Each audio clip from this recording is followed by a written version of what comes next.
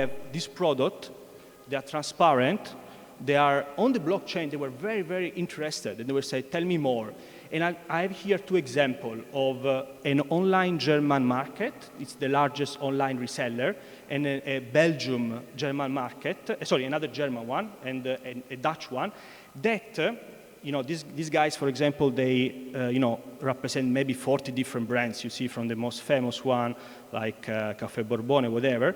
And in the page of Caffè Barbera, if you write Uber Barbera, they have a section about blockchain that have been inserting a company profile. Why? Because they were interested. So it was a competitive advantage for a company to show them that actually, we are doing something like this. And then another one, for example, this is another one, Roast Market as well, talking about blockchain.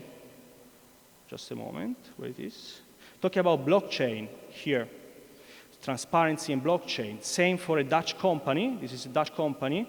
And again here, talking about blockchain technology. This is very, very, very unique for a company like ours because the market is very behind, in technology and so on. And the third interesting advantages that we had was also a cleaning of our suppliers. Because what happened? It happened that by asking our supplier, my friend, you need to upload the bio-certificate in the blockchain, even if it's very easy, there's just a CRM, they just upload the data, but many of them, they didn't do it because they didn't have the product, their certification updated. So we found out, as a company, we were buying from the farmers coffee that was maybe certifying organic, but it was not. So it's really, really a big problem. This allowed us to, let's say, make it more transparent, and even our supply chain became more efficient. Of course, the issue is that convincing these people to do that, because it's not so easy. Sometimes you deal with farmers in Brazil, they even don't know what is, of course, for sure they don't know what is blockchain, but they don't know even, what we're talking about. So it's a lot of, unfortunately, training. And that's pretty much it. Just to conclude, right now we have only 5 products, 4+1, but the project is to bring most of the product possible into the blockchain. Of course, more the product is complex, so more origins of coffee it has, more complicated it is, because you need to do that for every batch. Yeah. I don't know if there is any question regarding this. Thank you.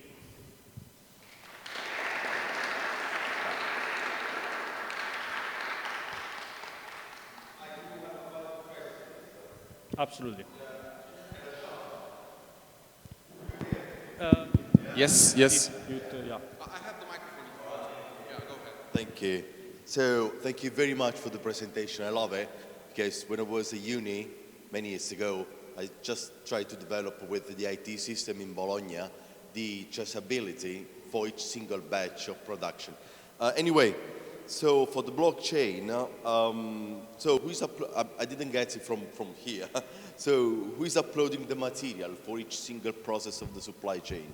Okay, so depend by the document. Okay. Right now, in this one that you have seen, is 4 different parties that we managed to bring. So directly? Directly. So it's not the company yourself? No. It's a CRM, you log in, and they have, let's say, a username and password, and they upload this documentation. Then they are pushed into the blockchain. Okay, so you share on Polygon username and password for the company, where they upload stage 1, stage 2, 3, 4, 5, and...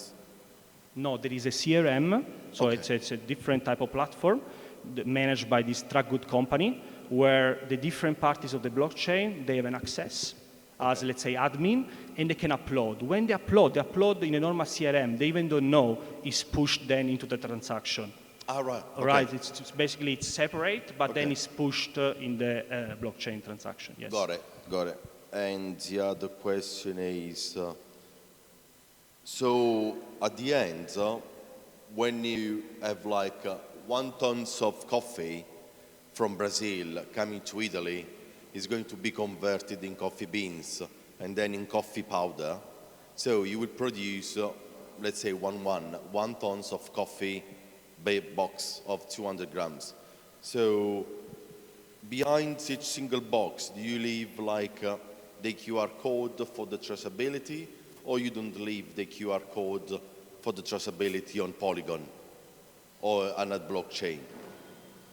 So you're asking me... So the customer in this case can see through the QR code.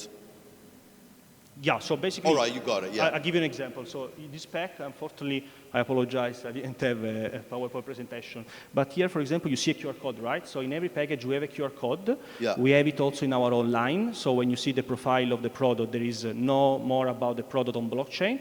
The customer click, I'll show you in real time, and they go in the journey section. This is just a normal landing page.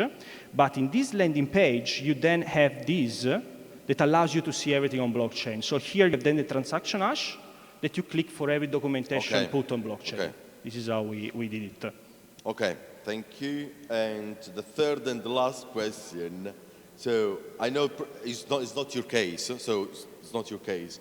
Generally speaking, we know that fertilizer in different parts of the world are legal and illegal, yeah? Absolutely. You agree with that? Okay.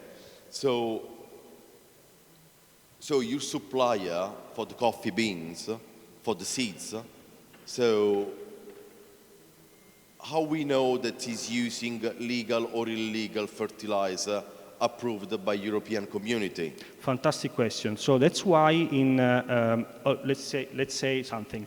So the European market does not allow any bean of coffee to come in the market if it does not respect specific fertilizer parameters. So the coffee especially is extremely controlled, but even cocoa. I mean, people don't know, but every batch of coffee actually goes to the custom. There is a laboratory analysis, and then is approved and it goes. If for any reason a company fails to do that and to declare, you have a penal actually potential suit. So it's something already happening. And we put it also here. So actually, let me just show to you. We actually put the laboratory analysis test of every single batch that we have that shows that the coffee is conform. Here we are. So laboratory for Costa Rica. So if you see here, there is humidity, impurity, and so on. So we also uploaded, but it's something already happening. Okay, because I come from a family where we produce grain, pasta, tomato sauce, and things. So, but we know that when we import from abroad, the custom authorities, especially on container ships, that when we buy the grain from Canada, Turkey, other parts of the world, so they don't check, especially you go in a different ports like Bari, you go to Istanbul, so it's not going to be checked. So at the end, there is like a gap in the system where it really doesn't work. For sure there is. All right, For sure there is. I mean, we are doing this. We are also putting in the blockchain to show them, listen, we do the laboratory analysis like all of us, but I want to show with you, I want to share with you. Then I'm putting also on the blockchain. So it's immutable. You cannot change it. I cannot fake it, another one, and so on. But for sure, it's happening. I mean, there are some companies. For sure, for sure. Thank you very much. Thank you. You're welcome. All right. Thank you. Thank you very much. Are there other questions? Yes, please. Hi, Elio. My name is Giuseppe Coletti. I'm CEO and co-founder of Autentico. Autentico is a Neapolitan company that make a food tracking system with blockchain technology in agro-system sector. Are you dealing with the new European law, EUDR? So it's a new law that's starting from 1st of January 2025 that needs that all the company in Europe that import green coffee beans, need to track, of course, the tracking system to show all the certification about anti-deforestation. So I want to understand if you are dealing with that and how you think to use your tracking system for that. Thank you. Thank you for this question. So the ROG and the Deforestation Act is something that it's happening. It's happening very fast, especially with all the Brazilian problem. Probably you've heard there is a lot of fire right now in Brazil.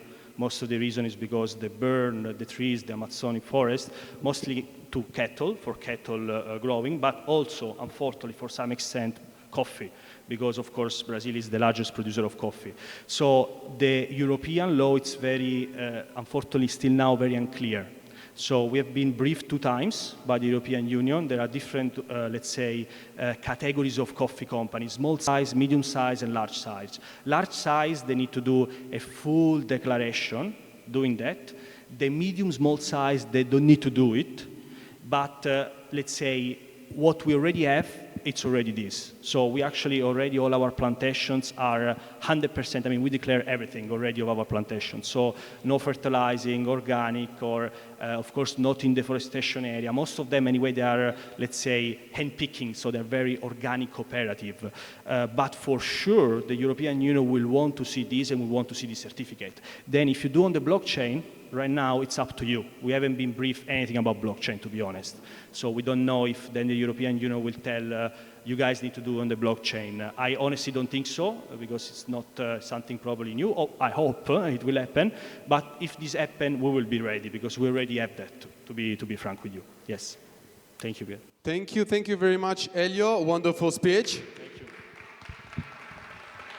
Now we move on, and I would like to come on stage Pietro.